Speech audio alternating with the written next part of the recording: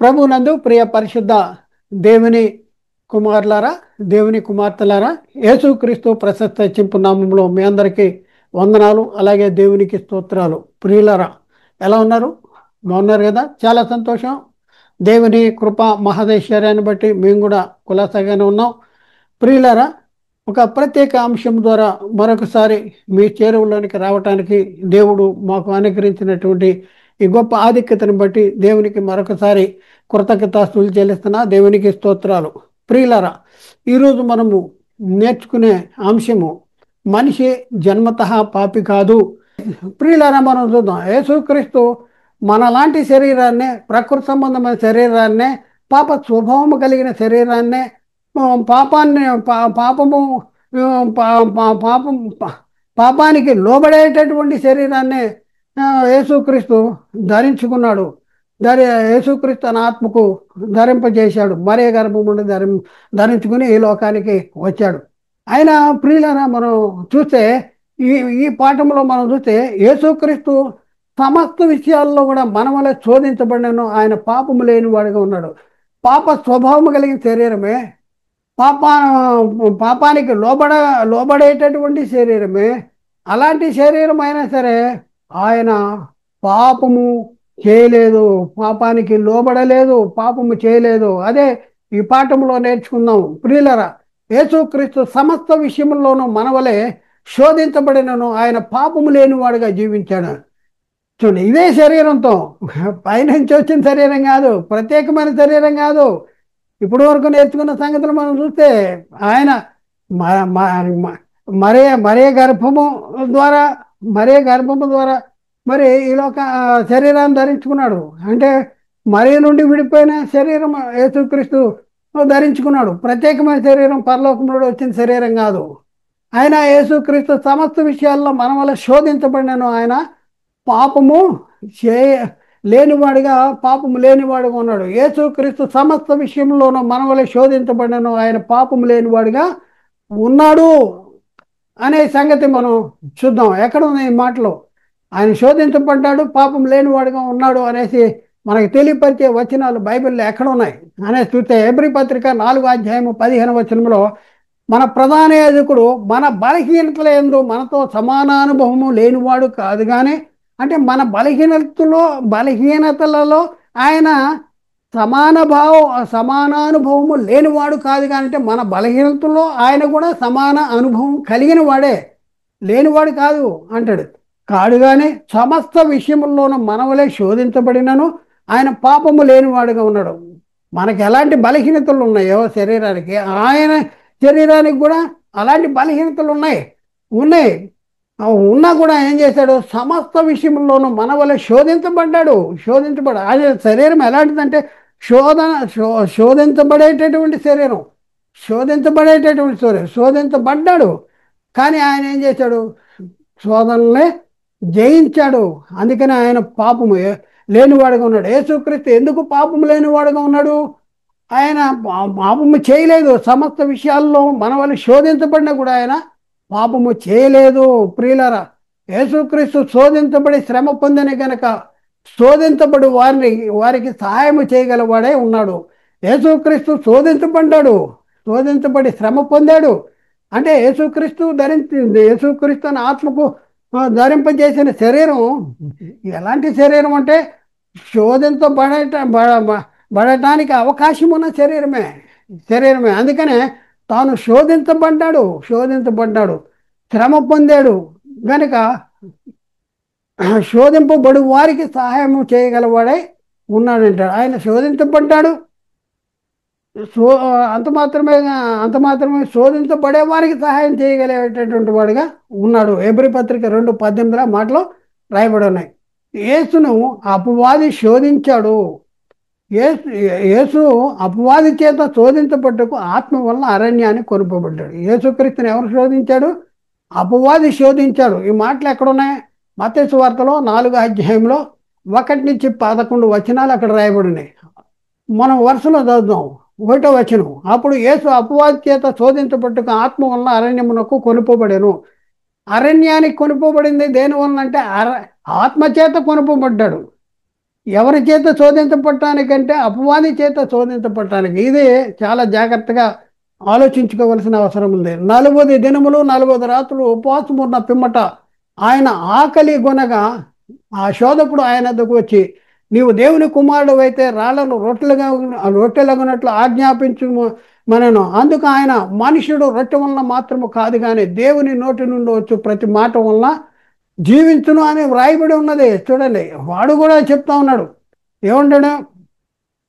నువ్వు దేవుని కుమారుడు అయితే రాళ్ళను రొట్టెలుగా చేసుకో అంటున్నాడు.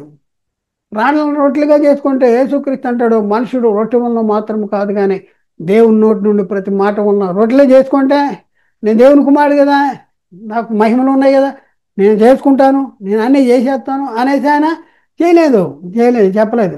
అలాగే 5వ వచనం 4:5 మత్తయి సువార్త. అంతటా అపవాది పరిశుద్ధ పట్టణానికి వదిలిపెట్టల. పరిశుద్ధ పట్టణానికి ఆయన్ను తీసుకుని పోయి దేవాలయ శిఖరమున ఆయన నిలబెట్టి ఏమన్నాడు? నీవు దేవుని కుమారుడు అయితే క్రిందకు దుముకుము, నిన్ను గూర్చి తన దూతలకు ఆజ్ఞాపించును, నీ పాదం ఎప్పుడైనాను రాతికి తగలకుండా ఆయన నిన్ను చేతులతో ఎత్తుదురు అని వ్రాయబడి ఉన్నదని ఆయన వారితో చెప్పాను. ఆయనతో చెప్పాడంట, సాతాను ఆయనతో చెప్తున్నాడు. అందుకు యేసు అంటాడు, ప్రభు అయిన నీ దేవుని నీవు శోధింపవలదని మరొక దగ్గర వ్రాయబడి ఉంది. అపవాది కూడా వాక్యాన్ని బట్టి వస్తున్నాడు. వ్రాయబడి ఉంది, నువ్వు నీ పాదం ఎప్పుడు రాతికి తగలకుండా ఆయన నేను తన దూతలను కాపలా ఉంచుతాడంటే యేసుక్రీస్తు ఏమంటాడు? దేవుణ్ణి శోధించకూడదని ఒక దగ్గర ఉంది, మరొక దగ్గర రాయబడి ఉంది అనేసి చెప్తున్నాడు. ఇంకా మనం చూస్తే 8వ వచనం మత్తయి 4:8. మరలా అపవాది మిక్కిలి ఎత్తైన ఒక కొండకు ఆయన తొడుగుని పోయి ఈ లోక రాజ్యములన్నింటినీ వాటి మహిమను ఆయనకు చూపించి నీవు సాగిలపడి నాకు నమస్కారం చేసిన ఎడల వీటన్నింటినీ నీకు ఇచ్చేదనని ఆయనతో చెప్పగా, యేసు వారితో, సాతానా పొమ్ము, ప్రభు అయిన నీ దేవుని మొక్కి ఆయనను మాత్రము సేవించవలను అని వ్రాయబడి ఉన్నదని చెప్పాను. అంతటా అపవాది ఆయన్ని విడిచిపోగా అనేసి అక్కడ రాయబడి ఉంది. కాబట్టి ప్రియులారా, విసార ఆలోచించండి. యేసుక్రీస్తు ఎలాంటి శరీరం అంటే మన వలె శోధించబడేటటువంటి శరీరమే, ఆయన ప్రత్యేకమైన శరీరం కాదు. ఇంకా మనం చూస్తే శాస్త్రులు పరిచయాలు యేసుక్రీస్తుని శోధించినట్లు లేఖనాల్లో రాయబడి ఉన్నాయి. చూద్దాం. యోహాను సువార్త 8:3-4 వచనాలు చూస్తే, ఆ శాస్త్రులు పరిచయాలను వ్యభిచారమందు పట్టుబడినటువంటి ఒక స్త్రీని తోడుకుని వచ్చి ఆమెను మధ్య నిలబెట్టి, బోధకుడా, ఈ స్త్రీ వ్యభిచారము చేయుచుండగా పట్టుబడెను, అటు వారిని రాళ్ళు రువ్వి చంపవల్లనే ధర్మశాస్త్రంలో మోషే మనకు ఆజ్ఞాపించను కదా, ఆయనను నీవేమి చెప్పుతున్నావని ఆయన్ని అడిగారు, శోధిస్తున్నారు. ఏం చెప్తాను, రాళ్ళతో కొట్టాలి, మోషే చెప్పాడు కదా అంటే 6వ వచనం యోహాను సువార్త 8:6. ఆయన మీద నేరము మోపం వల్లనే ఆయన్ను శోధించుతూ అలాగున అడిగిరి. అయితే యేసు వంగి నేల మీద వ్రేలుతో ఏదో వ్రాయితూ ఉండెను.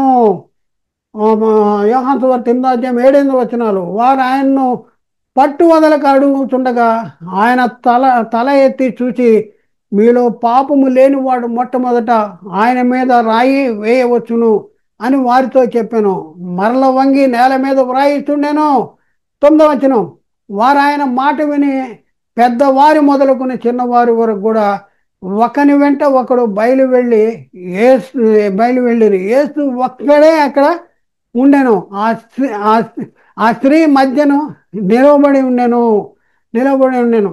అనేసి అక్కడ రాయబడింది. అంటే శోధించాలని వాళ్ళు ప్రయత్నం చేస్తున్నారు. మరొక దగ్గర అంటే ధర్మశాస్త్రోపదేశకుడు యేసును శోధించిన విధము ఎక్కడుంది ఆ మాటలు అనేసి మనం పరిశీలన చేస్తే, మత్తయి సువార్తలో 22:34-40 వచనం వరకు చూస్తే 34, ఆయన సద్దుకాయల నోరు మూయించినని పరిచయులు విని కూడి వచ్చిరి.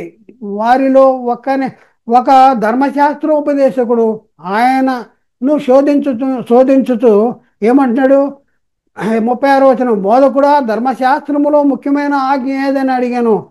అందుకు ఆయన, నీ నీ నీ పూర్ణ హృదయంతోనూ, నీ పూర్ణ మనస్సుతోనూ, నీ పూర్ణ ఆత్మతోనూ, పూర్ణ మనస్సుతోనూ నీ దేవుడైన ప్రభువును సేవింపవలనని అనున్నది అనేసి చెప్పాడు.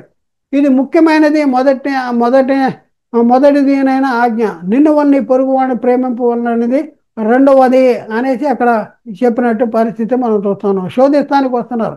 మరొక దగ్గర మనం చూస్తే పరిచయులు శోధించినట్లుగా మా లేఖనాల్లో రాయబడింది. పరిచయులు యేసుక్రీస్తుని శోధించారంట. ఎలా శోధించారు, ఎక్కడ అనేసి మనం చూస్తే మార్కు సువార్తలో 10వ అధ్యాయంలో 2-3 వచనాలు మనం చూద్దాం. పరిచయులు ఆయన ఎదుకు వచ్చి ఆయనను శోధించుటకే పురుషుడు తన భార్యను విడనాడటం న్యాయమా అని ఆయన్ను అడిగిరి. అందుకు మోషే మీకేమి ఆజ్ఞాపించినని వారి అడిగాను. 4-5 వచనాలు. వారు పరిత్యాగ పత్రిక వ్రాయించి ఆమెకు విడనాడవలనని మోషే సెలవిచ్చినని చెప్పగా 5వ వచనం యేసు అంటున్నాడు, మీ హృదయ కాఠిన్యమును బట్టి అతడు ఇలాగో మీకు వ్రాసి ఇచ్చిన కానీ సృష్టి ఆది నుండి దేవుడు వారిని పురుషునిగాను స్త్రీగాను కలగజేసెను. ఈ హేతుచేత పురుషుడు తన తల్లిని తండ్రిని విడిచి భార్యను హత్తుకొనును, వారిద్దరూ ఏక శరీరమై ఉందరు గనక వారిక ఇద్దరుగా నుండక ఏక శరీరముగా నుందురు అనేసి యేసుక్రీస్తు చెప్పినటువంటి దాఖలాలు మనం చూస్తున్నాం. ఇంకా ఏం చెప్తున్నాడంటే, కాబట్టి దేవుడు జతపరిచిన వారిని మనుషుడు వేరు చేయకూడదు, వేరుపరచకూడదు అనేసి యేసుక్రీస్తు చెప్పినటువంటి పరిస్థితి మనం చూస్తున్నాం. 11వ వచనం అంతటా పరిచయులు వచ్చి, మార్కు 8:11, అంతటా పరిచయులు వచ్చి ఆయన్ను శోధించుటకు ఆకాశము నుండి ఒక సూచన చూపమని ఆయన్ని అడిగి ఆయనతో తర్కించసాగిరి. ఆకాశం నుండి ఒక సూచన చూపించు అనేసి అడుగుతూ తర్కిస్తున్నారు, మామూలుగా తర్కిస్తున్నారు. అప్పుడు యేసుక్రీస్తు ఏమన్నాడు, ఆయన ఆత్మయందు పెద్దగా నిట్టూర్పు విరిచి, ఈ తరము వారు ఎందుకు సూచక్రియలు అడుగుతున్నారు, ఈ తరమునకు ఏ సూచక్రియ కూడా అనుగ్రహించబడదని నిశ్చయముగా మీతో చెప్పుతున్నానని చెప్పాను. వారిని విడిచి మరలా దోణి ఎక్కి అద్దరికి వెళ్ళిపోయాడు. ప్రియులారా, ఒకసారి ఆలోచించండి. యేసుక్రీస్తు మనలాంటి శరీరాన్ని ధరించుకున్నాడు. యేసుక్రీస్తు శోధన వచ్చేటటువంటి, అంటే శోధన కలిగే శరీరాన్ని, శోధన రాని శరీరం యేసుక్రీస్తు ధరించుకోలేదు. శోధన రానటువంటి శరీరం కాదు, మనలాగా శోధించబడేటటువంటి శరీరాన్ని ధరించుకున్నాడు. కానీ ఆయన శోధనలో నిలిచాడు. పాపము చేయలేదు. పాప స్వభావము కలిగిన శరీరాన్ని ధరించుకున్నాడు, కానీ ఆయన పాపము చేయలేదు.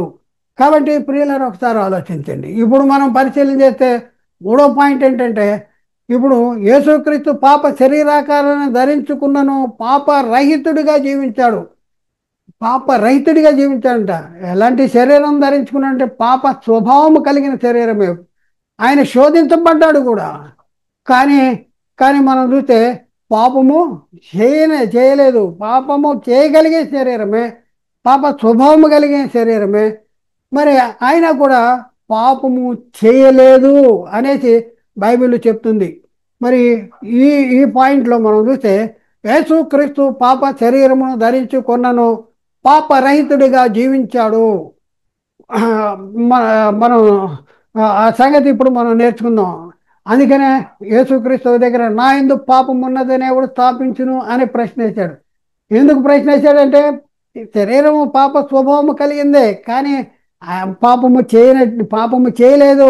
మనవలే అన్ని విషయంలో మనవలే శోధించబడినాను, ఆయన పాపము చేయలేదు అనేసి లేఖనం చెప్తా ఉంది. అందుకనే 3వ పాయింట్లో మనం పాయింట్లో చూస్తే యేసుక్రీస్తు పాప శరీరాకారాన్ని ధరించుకున్నను, పాపరహితుడిగా జీవించాడు. ఈ సత్యాన్ని ఇప్పుడు మనం నేర్చుకుంటానికి, వాక్యంలో పరంగా మనం నేర్చుకుంటానికి ప్రయత్నం చేద్దాం. హెబ్రీ పత్రిక 4వ అధ్యాయము 15వ వచనములు చూస్తే, మన ప్రధాన యాజకుడు మన బలహీనతలు ఎందు సమాన అనుభవం లేనివాడు కాదు కానీ, అంటే మన బలహీనతల్లో ఆయనకి సమాన అనుభవం, మనకు ఎలాంటి బలహీనతలు ఉన్నాయో ఆయనకు కూడా అలాంటి బలహీనతలు కలిగినటువంటి శరీరమే.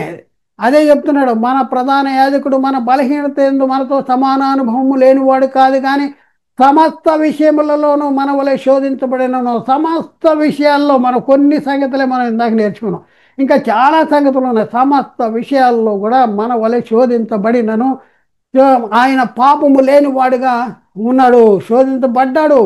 శోధించ శో శోధించబడేటటువంటి అవకాశం ఉన్నటువంటి శరీరమే, కానీ ఆయన పాపము చేయలేదు. ఇంకా బైబిల్ యేసుక్రీస్తుని గురించి ఏమని రాయబడి ఉందంటే హెబ్రీ పత్రికలో 7వ అధ్యాయంలో 26వ వచనము, హెబ్రీ పత్రిక 7వ అధ్యాయం 26వ వచనంలో, పవిత్రుడును నిర్దోషియు నిష్కల్మషునును పాపులలో చేరక ప్రత్యేకముగా ఉన్నవాడును ఆకాశ మండలము కంటే మిక్కిలి హెచ్చైన వాడు నైనా ఇట్టి ప్రధాన యాజకుడు మనకు సరిపోయినటువంటి ప్రధాన యాజకుడు ఎవరు అంటే పవిత్రుడు. ఎవరు అంటే నిర్దోషి, నిష్కల్మషమైన వాడు, పాపులలో చేరక ప్రత్యేకంగా ఉన్నవాడు, ఆకాశ మండలము కంటే మిక్కిలి హెచ్చైనటువంటి వాడు. ఎవరు ఈయన అంటే యేసుక్రీస్తు. ఏ శరీరాన్ని ధరించుకొని ఈ క్యారెక్టర్స్, ఈ యొక్క టైటిల్స్ ఆయన పొందుకున్నాడు, ఈ స్వభావాన్ని పొందుకున్నాడు, ఈ మహిమను పొందుకున్నాడంటే మనలాంటి శరీరాన్ని ధరించుకున్న యేసుక్రీస్తే ఎలా జీవించాడు? పరిశుద్ధుడిగా జీవించాడు, నిర్దోషుడిగా జీవించాడు, నిష్కల్మషుడిగా జీవించాడు, పాపులలో చేరక ప్రత్యేకంగా ఉన్నటువంటి వాడుగా ఈ లోకంలో జీవించినటువంటి పరిస్థితి మనం చూస్తూ ఉన్నాం. ఆయన పాపరహితుడు, పాపము లేనివాడు, పాపము చేయలేదు. చూడండి, మనలాంటి శరీరాన్ని ధరించుకున్నటువంటి యేసుక్రీస్తు పాపరహితుడు, పాపము చేయలేదు. పాప స్వభావము ధరించుకున్నా కూడా పాపము లేనివాడుగా జీవించినటువంటి యేసుక్రీస్తుని గురించి మనం ఇప్పుడు చూస్తున్నాం. ఎంత గొప్ప సంగతో చూడండి. ఆయన ఎలాంటి నిష్ట కలిగి, ఇంద్రియ నిగ్రహం కలిగినటువంటి, తండ్రి చిత్తాన్ని జరిగించాలనేటువంటి ఒక ఆకాంక్ష, కోరిక, తపన కలిగినటువంటి వాడిగా ఈ లోకంలో జీవించాడు. ఒకసారి మన జీవితాల్లో మరి అలాంటి పరిస్థితి మరి ఉందా? ఒకసారి మనం పరిశీలన చేసుకోవాలి. యోహాను సువార్తలో 8వ అధ్యాయం 46వ వచనంలో యేసుక్రీస్తు అంటాడు, నా యందు పాపం ఉన్నదని మీలో ఎవడు స్థాపించును? నా యందు పాపం ఉన్నదని మీలో ఎవడు స్థాపిస్తాడు? ఎవడు స్థాపించును అనేసి చెప్తున్నాడు. నేను సత్యమునే చెప్పుతున్నాను అంటాడు. ప్రియులారా, మరి ఈ మాట అనగలిగేటటువంటి ధైర్యం ఎవరికి ఉందో చూడండి. నా యందు పాపం ఉన్నదని ఎవడు స్థాపించును అనేసి యేసుక్రీస్తు అంటున్నాడంటే మరి మనం ఎలాంటి పరిస్థితుల్లో ఉన్నాము ఒకసారి మనం పరిశీలన చేసుకోవాలి. అలాగే పేతురు రాసిన మొదటి పత్రిక 2వ అధ్యాయం 22వ వచనంలో, ఆయన పాపము చేయలేదు, ఆయన యందు ఏ కపటము కనబడలేదు అంటాడు. ఆయన పాపము చేయలేదంట, ఆయన యందు ఏ కపటము కనపడలేదు. అలాగే యేసుక్రీస్తుని గురించి పిలాతు ఒక మంచి సాక్ష్యాన్ని చెప్పాడు. చూద్దాం ప్రియులరా, పిలాతు యేసునందు ఏ దోషము నాకు కనబడలేదని సాక్ష్యం ఇచ్చాడు.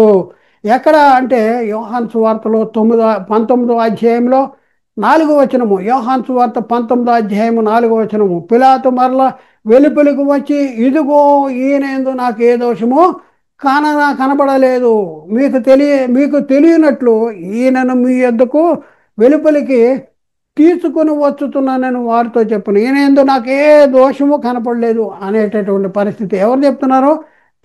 పిలాతు చెప్తున్నటువంటి పరిస్థితి. అలాగే ప్రియులారా, సిలువలో ఉన్నటువంటి దొంగ చెప్తున్నటువంటి సాక్ష్యాన్ని మనం పరిశీలన చేస్తే, దొంగ ఏం చెప్తున్నాడు? సిలువలో ఉన్న దొంగ సాక్ష్యం ఏంటంటే, యేసు ఏ తప్పిదమును చేయలేదని సిలువలో ఉన్న దొంగ చెప్తా ఉన్నాడు. ఏ తప్పిదం కూడా చేయలేదు అంటాడు.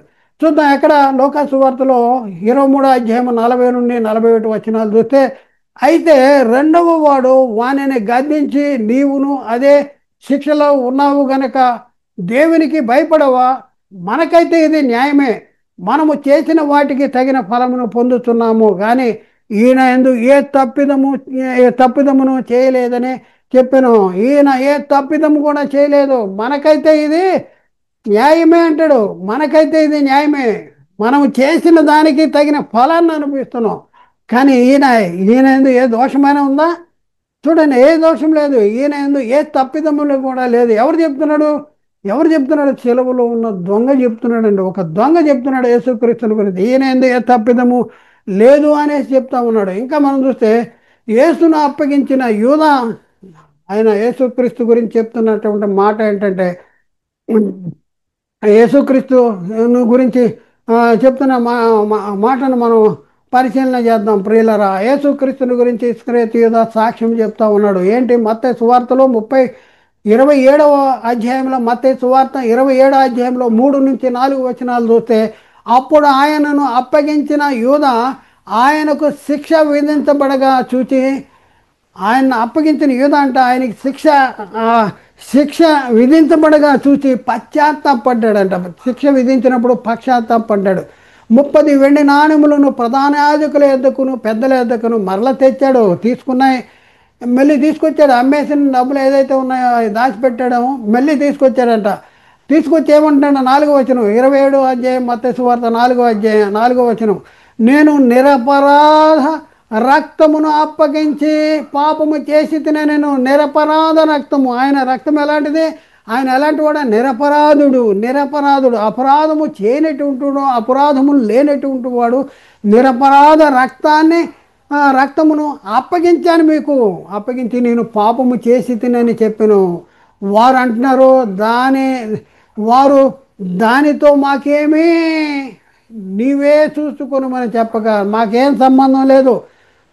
నువ్వు నిరపరాధ రక్తాన్ని అప్పగించావు, ఏం చేసావో కానీ మీకు డబ్బులు ఇచ్చేసాము, మీకు వెండి నాణాలు ఇచ్చేసాము, అయిపోయింది. నీకు మాకు సంబంధం లేదు అంటాడు. కానీ ఈ ఇస్కరియోతు యేసుక్రీస్తుకి శిక్ష పడినప్పుడు ఆయన లో పశ్చాత్తాపం వచ్చింది. నేను నిరపరాధ రక్తమును అప్పగించి తిననేసి మరి చెప్పబడినటువంటి మాట మనం చూస్తూ ఉన్నాం. అవును ప్రియులారా, ఆయన యేసుక్రీస్తు గురించి మనం ఆలోచిస్తే ఆయన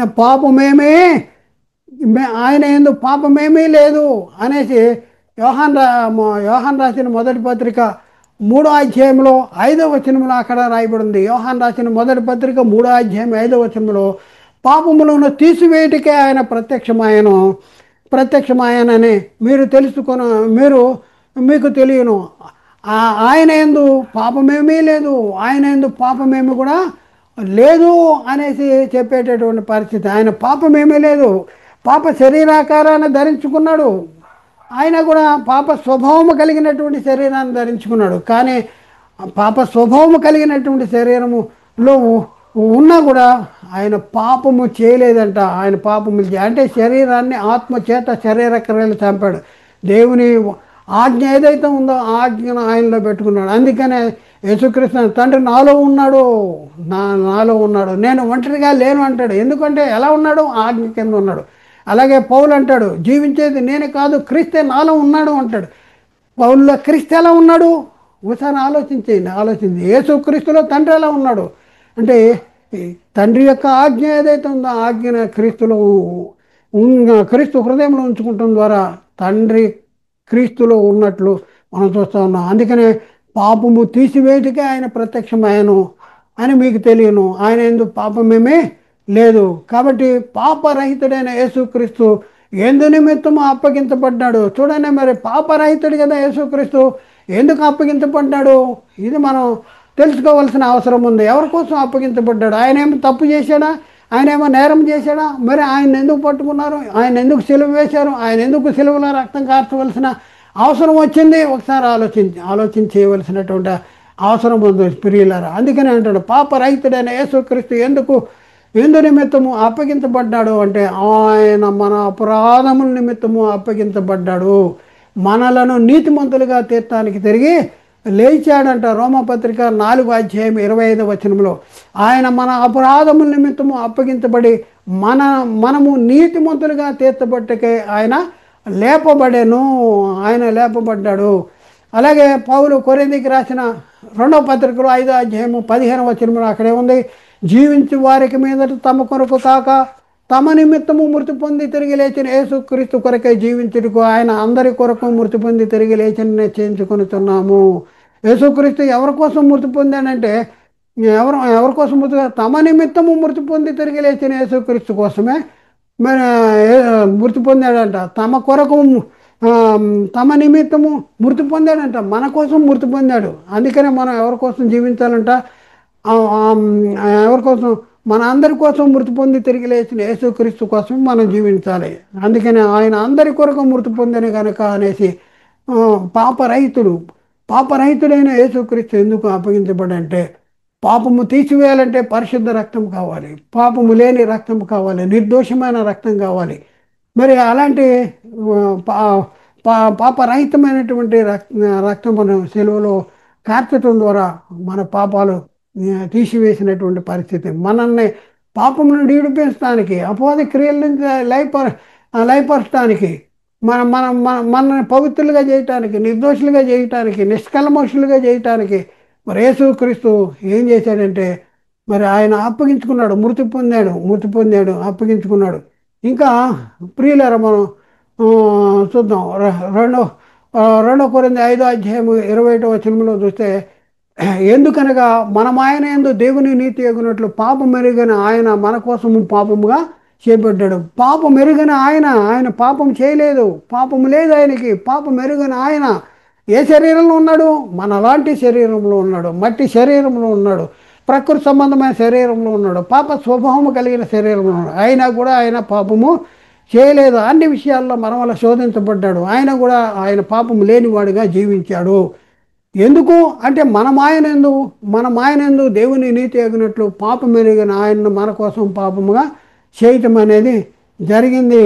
ప్రియులరా, ఇంకా మనం చూస్తే క్రీస్తు తన కొరకు కనిపెట్టుకుని ఉండి వారి రక్షణ నిమిత్తము పాపము లేకుండా రెండవసారి ప్రత్యక్షమవుతాడు. రెండవసారి పాపము లేకుండా ప్రత్యక్షమవుతాడు. ఎవరి కోసం? తన కొరకు కనిపెట్టుకుని ఉండి వారి రక్షణ నిమిత్తం. ఎక్కడుంది ఈ మాట? హెబ్రీ పత్రికలో 10:28 అలాగుననే క్రీస్తు కూడా అనేకుల పాపములను భరించుటకు ఒక్కసారే అప్పగించబడి, అనేకుల పాపాలు భరించడానికి ఒక్కసారి అప్పగించబడ్డాడు. ఇంకా మరి ఇంకా తర్వాత ఏం చేయబోతున్నాడంటే, తన కొరకు కనిపెట్టుకుని ఉండు వారి రక్షణ నిమిత్తము పాపము లేకుండా రెండవసారి ప్రత్యక్షమవుతాడంట. రెండవసారి ఎలా వస్తాడు? పాపము లేకుండా వస్తాడంట. పాపం లేకుండా వస్తామంటే పాప స్వభావము కలిగిన శరీరము కాకుండా వస్తాడు. అంటే ఆత్మ సంబంధమైన శరీరంతో వస్తాడు, అక్షయ శరీరంతో వస్తాడు, మహిమగల శరీరంతో వస్తాడు. యేసుక్రీస్తు రెండోసారి వచ్చినప్పుడు ఏ శరీరాన్ని ధరించుకుని వస్తాడంటే మహిమ శరీరాన్ని ధరించుకుని వస్తాడు. మొదటిసారి దేవుడు తన సొంత కుమారుని పాప శరీరాకారంతో పంపాడు. మొదటిసారి వచ్చినప్పుడు పాప స్వభావం ఉన్న శరీరం, పాప శరీరాకారంతో కలిగిన శరీరాన్ని కలిగి మొదటిసారి వచ్చాడు. రెండోసారి ఎలా వస్తాడంటే పాపము లేకుండా. అలాగనే క్రీస్తు అనేకుల పాపములు భరించుటకు ఒక్కసారి అప్పగించబడి తన కొరకు కనిపెట్టుకుని ఉండి వారి రక్షణ నిమిత్తము పాపము లేకుండా రెండోసారి ప్రత్యక్షమగును అనేసి అక్కడ రాయబడి ఉంది. కాబట్టి ప్రియులారా, ఒకసారి ఆలోచించండి. దేవుడు తన సొంత కుమారుని పాప శరీరాకారంతో పంపి ఆయన శరీరం ముందు మన పాపాలకి శిక్ష విధించాడు. మొదటి పాప శరీరాకారంతో వచ్చాడు మొదటిసారి. రెండోసారి పాపం లేకుండా, అంటే పాప శరీరాకారంతో రావటం, పాపం లేకుండా రావటం అంటే అర్థం ఏంటంటే ప్రియులరా, మరి ప్రకృతి సంబంధమైన శరీరం, పాప స్వభావం కలిగిన శరీరం, పాప శరీరాకారం. మరి పాపం లేకుండా రావటం అంటే అక్షయ శరీరంతో వస్తాడు, మహిమ గల శరీరంతో వచ్చేటటువంటి పరిస్థితి ఉంది. కాబట్టి ప్రియులారా, ఒకసారి ఆలోచించండి. పేతురు రాసిన మొదటి పత్రికలో 3:18-19 ఏలైనగా మనలను దేవుని యొద్దకు తెచ్చుటకు అనీతిమంతుల కోసం నీతిమంతుడైన క్రీస్తు శరీర విషయంలో చంపబడి ఆత్మ విషయంలో బ్రతికించబడిన పాపముల విషయమై ఒక్కసారే పాపముల విషయం ఒకసారి శ్రమపడ్డాడు. కాబట్టి ప్రియులారా, ఒకసారి ఆలోచించండి. యేసుక్రీస్తు ధరించుకున్నటువంటి శరీరం ఎలాంటి శరీరం ధరించుకున్నాడు? యేసుక్రీస్తు ధరించుకున్నటువంటి శరీరము మనలాంటి శరీరాన్ని ధరించుకున్నాడు. ఆయన అబ్రహాము సంతాన స్వభావంలో పుట్టాడు, ఆయన దావీదు కుమారుడుగా పుట్టాడు, ఆయన ఇశ్రాయేలీల్లో పుట్టాడు. ప్రియులారా, ఒకసారి ఆలోచించండి. పరలోకము నుండి దేవుడు మరి యేసుక్రీస్తుని ఈ లోకానికి పంపిస్తే, ఈ లోకానికి పంపించిన క్రీస్తు అనే ఆత్మ మరియ గర్భంలోనికి ప్రవేశించి మరియ గర్భంలో మరి మా ద్వారా శరీరాన్ని ధరించుకుని ఈ లోకంలో మరి ప్రవేశించినట్టు మనం చూస్తూ ఉన్నాం. అందుకని యేసుక్రీస్తు అంటాడు, నీవు నాకు ఒక శరీరాన్ని అమర్చావు. ఎక్కడ అమర్చాడు యేసుక్రీస్తు అనే ఆత్మకు శరీరాన్ని? అంటే మరియ గర్భంలో. కాబట్టి ఆలోచించేయండి ప్రియులారా. మరి పాప శరీరాకారమును ధరించుకున్నను పాపము లేనివాడుగా జీవించాడు యేసుక్రీస్తు. పాప శరీరాకారాన్ని ధరించుకున్నాడంట, కానీ పాపము లేనివాడుగా జీవించాడు. మరి ఇప్పుడున్న పరిస్థితుల్లో మనము ఎలాంటి ఆకారం అంటే మనది కూడా పాప శరీరాకారమే. కానీ మనము ఏం చేస్తున్నాం? పరిశుద్ధులుగా ఉండగలుగుతున్నామా? నీతిమంతులుగా ఉండగలుగుతున్నామా? ఒకసారి ఆలోచించండి. మనల్ని నీతిమంతులుగా, పరిశుద్ధులుగా, మరి తన సన్నిధిలో నిర్దోషులుగా నిలవబెట్టాలని మాంసయుక్తమైన దేహం ఉందో మరణం ద్వారా ఆయన మరణం ద్వారా ఆయన్ని ఆయన మరణం ద్వారా మనల్ని నీతిమంతులుగా తీస్తే ఇప్పుడు ఉన్న పరిస్థితుల్లో మన బాధ్యత ఏంటి, మన కర్తవ్యం ఏంటి, మన మన కర్తవ్యం ఏంటి? ఏం మాట్లాడుతున్నారు? యేసుక్రీస్తుకి ప్రత్యేకమైన శరీరాన్ని ఇచ్చాడు కనుక ఆ శరీరంతో ఆయన పాపం చేయకుండా ఉన్నాడు. నాకు కూడా అదే శరీరం ఇస్తే నేను కూడా ఉండగలను అనేసి మరి ఆ, అసత్య బోధ మరి మాట్లాడే బోధిస్తున్నటువంటి పరిస్థితి. మరి అలాంటి మాటలు ఎందుకు వస్తున్నాయి? బైబిల్ చదువుతున్నారా? బైబిల్లో ఉన్నాయి అర్థం అవుతుందా? ఒకసారి ఆలోచించండి. ఒకసారి అర్థం చేసుకుంటానికి ప్రయత్నించండి ప్రియులరా. మరి ఒకసారి ఆలోచించండి. ఉమ్, పాప శరీరాకారాన్ని ధరించుకున్నాడు కూడా పాపము లేనివాడుగా జీవించాడు. పాపము లేనివాడుగా జీవించాడు యేసుక్రీస్తు. మరి మనం ఎలా జీవించాలి? ఆయన మన అందరి కోసం ఆయన అప్పగించబడ్డాడు. అందరి కోసం అప్పగించబడ్డాడు. కాబట్టి ప్రియులరా, ఆయన మన అపరాధాల నిమిత్తం అప్పగించబడ్డాడు. మనల్ని నీతిమంతులుగా తీర్చడానికి తిరిగిపడ్డాడు. కాబట్టి ఇప్పుడున్న పరిస్థితుల్లో యేసుక్రీస్తు రక్షకుడనే, యేసుక్రీస్తు దేవుని కుమారుడనే, యేసుక్రీస్తు నా పాపాల కోసం సిలువలో రక్తాన్ని కార్చాడని ఒప్పుకొని మరి మారు మనసు పొంది పశ్చాత్తాపడి నోటితో యేసు ప్రభువుని ఒప్పుకొని హృదయంలో విశ్వసించి మారు మనసు పొంది పశ్చాత్తాపడి మరి యేసుక్రీస్తు నామములో బాప్తిజం తీసుకుంటే మనం రక్షించబడతాము, ఈ రక్షణలోనికి ప్రవేశిస్తాము. కాబట్టి ప్రియులారా, ఒకసారి ఆలోచించండి, అర్థం చేసుకోండి. మా దేవుడు నాకు మా పాప శరీర ఆకారాన్ని ఇచ్చాడు, ఈ ప్రకృతి సంబంధమైన శరీరం ఇచ్చాడు అనేసి మరి అక్కడే ఆగిపోవద్దు. అక్కడ మనం చూస్తే ఏమంటాడు? పాప సహితం నుండి పాపరహితుడు పుట్టిన ఎంత మేలు, అలాగే ఎవడు పుట్ట నేరడు అంటాడు. పాప సహితుడు ఎవరంటే ప్రకృతి సంబంధమైన శరీరం. పాపరహితుడు ఎవరంటే ఆత్మ సంబంధమైన శరీరం. పాప సహితం నుండి పాపరహితుడు పుడతాడా అంటే పుట్టడు. పాప సహితం నుండి పాపరహితుడు పుట్టడు. అదే యోబు చెప్తున్నాడు, అలాగే ఎవడు పుట్టనేరడు. మరి ఒకే ఆత్మకు రెండు శరీరాలు ఉన్నాయంట. ఒకటి పాప సహితమైన శరీరం, రెండోది పాపరహితమైన శరీరం. పాపము కలిగినటువంటి పాప స్వభావము కలిగినటువంటి శరీరము, పాప స్వభావము లేనటువంటి శరీరము, మహిమగల శరీరము, అక్షయ శరీరము. ఒకే ఆత్మకు రెండు శరీరాలు ఉన్నాయి. కాబట్టి ఆలోచించండి, అర్థం చేసుకోండి, సత్యాన్ని గ్రహించడానికి ప్రయత్నం చేయండి. మేము ప్రకటించేటటువంటి ఈ వాక్యాలన్నీ కూడా యూట్యూబ్లో అప్లోడ్ చేయబడుతున్నాయి. యూట్యూబ్లో అప్లోడ్ చేయబడిన ప్రసంగాలను మీరు క్రమంగా చూడాలంటే యునైటెడ్ బైబిల్ అకాడమీ అనేది యూట్యూబ్ ఛానల్ ఒకటి ఉంది. అలాగే సత్య సువార్త ప్రతిధ్వని అనేది మరొక యూట్యూబ్ ఛానల్ ఉంది. అలాగే ఎన్ఆర్ఆర్ బైబిల్ క్లాసెస్ అనేది మరొక ఛానల్ ఉంది. యూబీఏ ఆన్లైన్ బైబిల్ అనేసి మరొక ఛానల్ ఉంది. ఈ 4 ఛానల్ని మీరు సబ్స్క్రైబ్ చేసుకోండి. అలాగే ఈ వాక్యాన్ని మరి లైక్ చేయండి, మరి షేర్ చేయండి. అనేక మందికి సర్వసత్యాన్ని ప్రకటించండి. దేవుని కార్యంలో, దేవుని పనిలో, మరి మేము చేస్తున్నటువంటి ఈ పనిలో మీరు కూడా మాతో కూడా పాలి భాగస్తులు కావాలని క్రీస్తు ప్రేమను బట్టి మిమ్మల్ని ఆహ్వానిస్తున్నాము. ఆలోచించి అర్థం చేసుకుని సత్యాన్ని గ్రహించడానికి ప్రయత్నం చేయండి. దేవుడు మాట్లాడిన ప్రతి మాట ప్రతి ఒక్క హృదయంలో నీరు గట్టి ఫలం చేయనుగాక. ఆమెన్. అందరికీ వందనాలు. దేవునికి స్తోత్రాలు.